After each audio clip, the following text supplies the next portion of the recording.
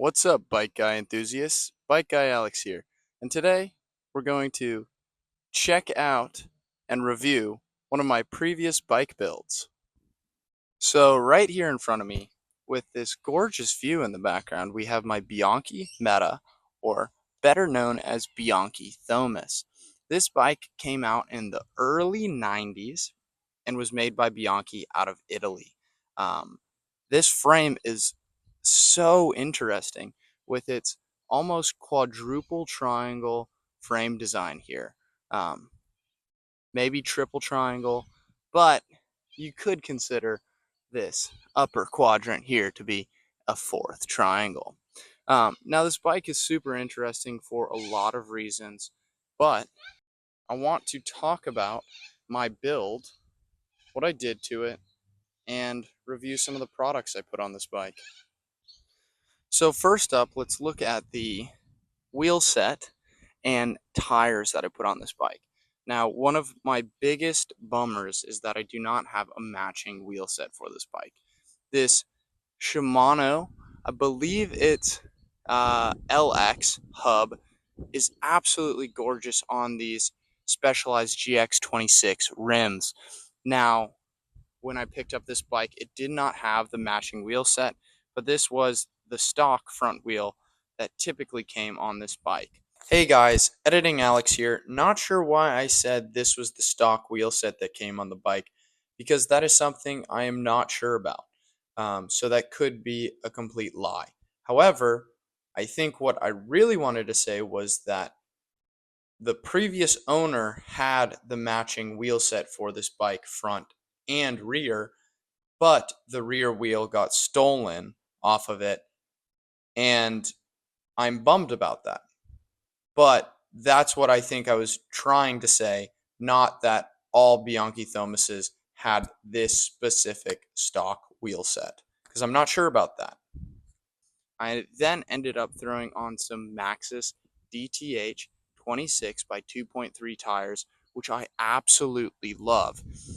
These tires have such a beautiful profile, as well as the fact that they are very smooth rolling and super puncture proof. I haven't had a single issue with my tires or tubes after commuting on this bike for nearly 6 months. Up front, we have some Dior XT cantilever brakes. These brakes are a bit squeaky, and I potentially need to adjust the pull angle here and pull ratio. But overall, I'm really happy with how they've been functioning and how they've been working out. They have had some rust build up on them, but they still work fantastic. And I'm really, really happy with these brakes up front.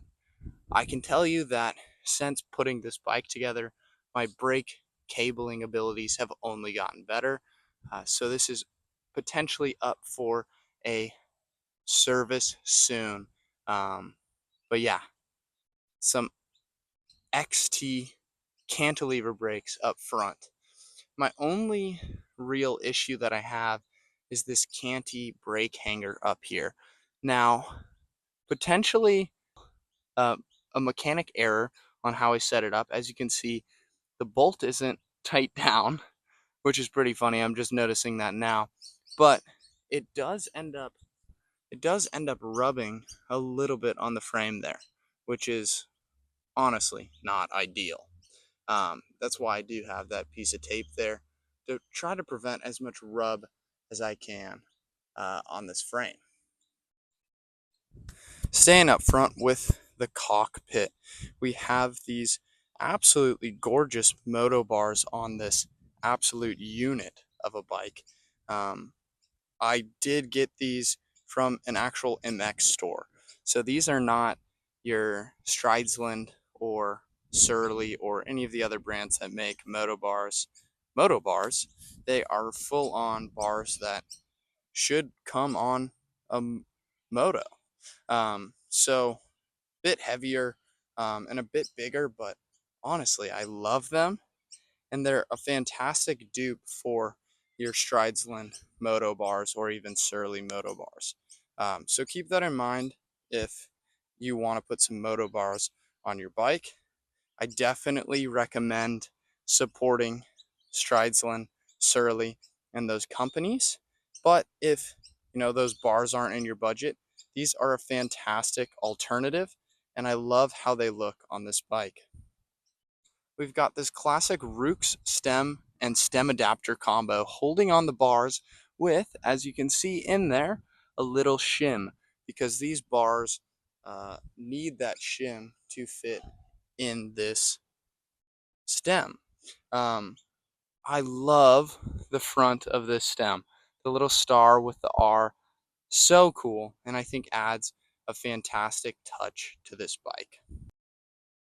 These C-Star brake levers, I think, are super clean and look really, really good on this bike. Not much else to say about the C-Star levers other than I like them. We've got this Dior XT shifter up front as well. Has been working fantastic for me. I've really enjoyed this shifter on my bike. And yeah, no complaints about the XT shifter. And really, you shouldn't be complaining about some high-end Shimano components. As for my biggest issue with my bike build that I've come across is these grips. Now, I will shamelessly say that I did purchase these off Amazon, which I do not support myself for doing that, but that's what I did do. I do supporting your local bike shop, so check out what they have and definitely spend some money on grips. If there's one thing that I can say is that's most important on your bike is your grips. Having comfortable grips is very, very important for your riding comfort as well as being able to enjoy your bike. And these cheap Amazon grips, although they might look nice, they are not comfortable. And on the few longer rides that I've done on this bike, have really sucked. So definitely spend a little bit more money, support your local bike shop, and get some good grips for your bike because these ones suck and I really do not like them. So if you guys have any recommendations for good grips that I should try out, I am definitely looking to replace these in the near future. On to the cranks and front chainring up here and even bottom bracket, because something super interesting about this bike is that it is an Italian made bike, which means that it came with an Italian threaded bottom bracket. Italian threaded bottom brackets are different than your English or American versions. So your traditional English threaded bottom bracket will not actually fit in this bike. However, after buying an Italian threaded bottom bracket, I found out quickly that that's not what bottom bracket was truly in this bike. The bottom bracket in this bike was one that had Italian threads, but the thread size of an English bottom bracket. So the solution that me and my local bike shop ended up coming up with was using an English threaded bottom bracket and using two left-hand cups on it because Italian threaded bottom brackets both thread the same way on both sides of the bike. Now, the biggest question was, would this start to unthread and come off while using this bike?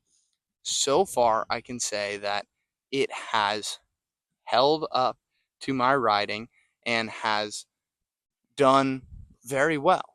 I have found that there is a slight creak in either the bottom bracket or pedal when I use a lot of force behind it. But I'm not too concerned, and so far it's really held up fantastic for being such a interesting solution to this bottom bracket issue that I came across.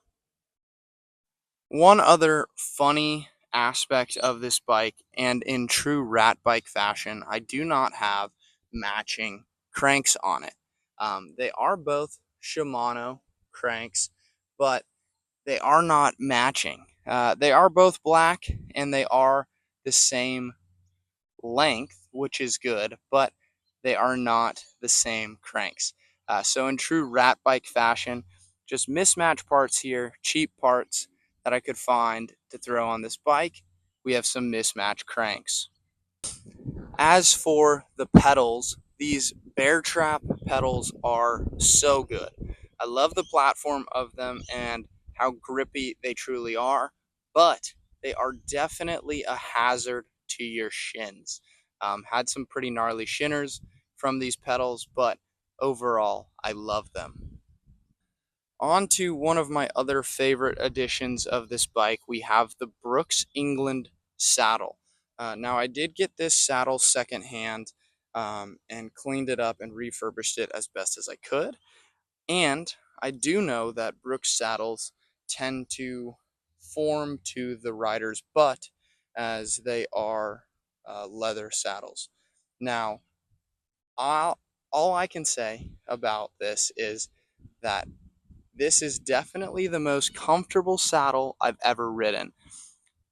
I grew up riding your traditional box store mountain bikes, and then as I got older, I got a hand-me-down road bike from my dad, which I still have, and when I get back to the States at some point in my life, I will be able to ride again.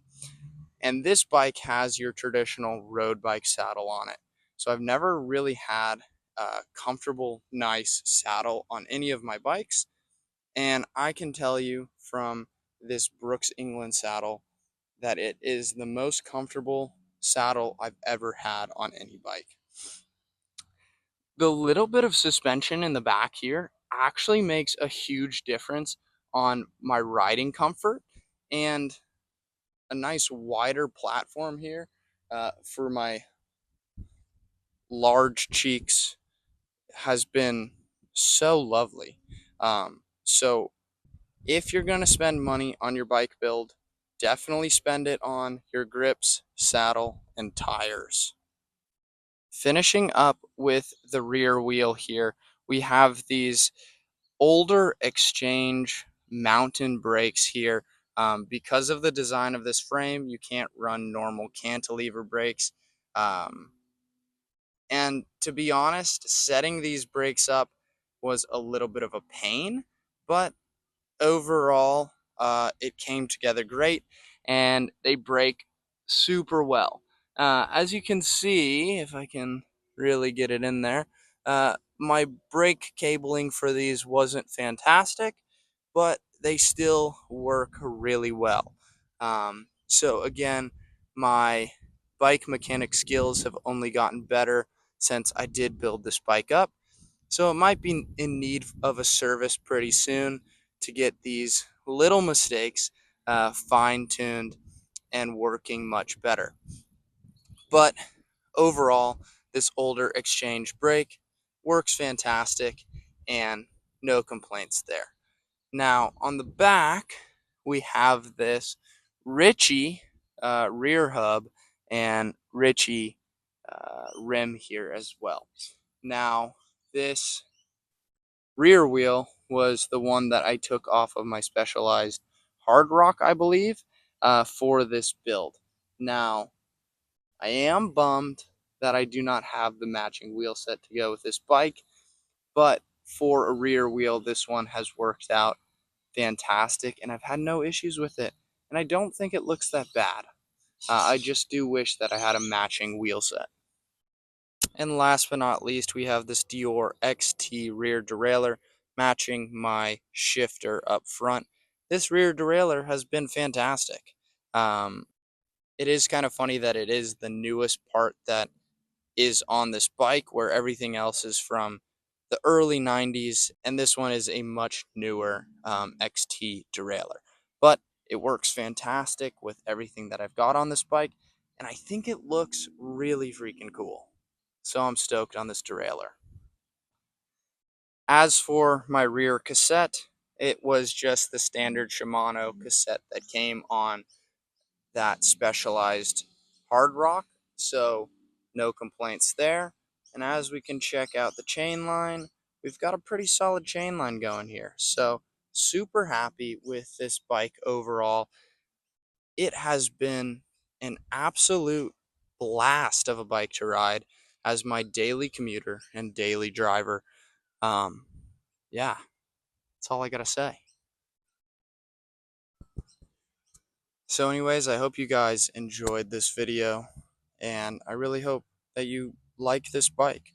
Please leave your comments down below on what you think about this bike, what you think I need to change on this bike, and any issues that you see um, that I've made while building up this bike. And if you're interested, please go check out my build video on this bike. I have a two-part series of me rebuilding this bike up into what you see today. So if you're really interested on all of that, I'll link the build video series down below. And yeah, thank you guys again for watching. We'll catch you in the next bike video. Bike guy out.